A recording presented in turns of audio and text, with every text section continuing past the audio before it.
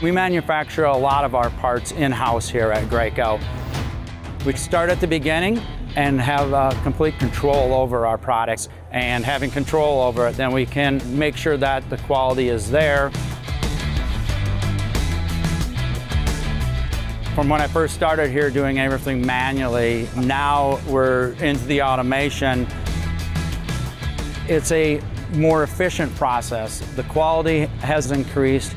We know that the output has increased, and we know that our customer is going to be happy. Inside our machines, on our milling area, we have a carousel capable of holding up to 200 tools at one time.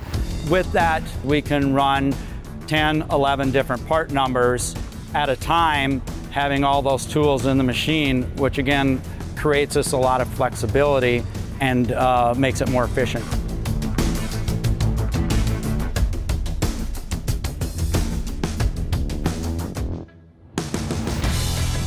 Quality is the number one thing that we strive for out on the floor. Each operator is responsible for their own quality.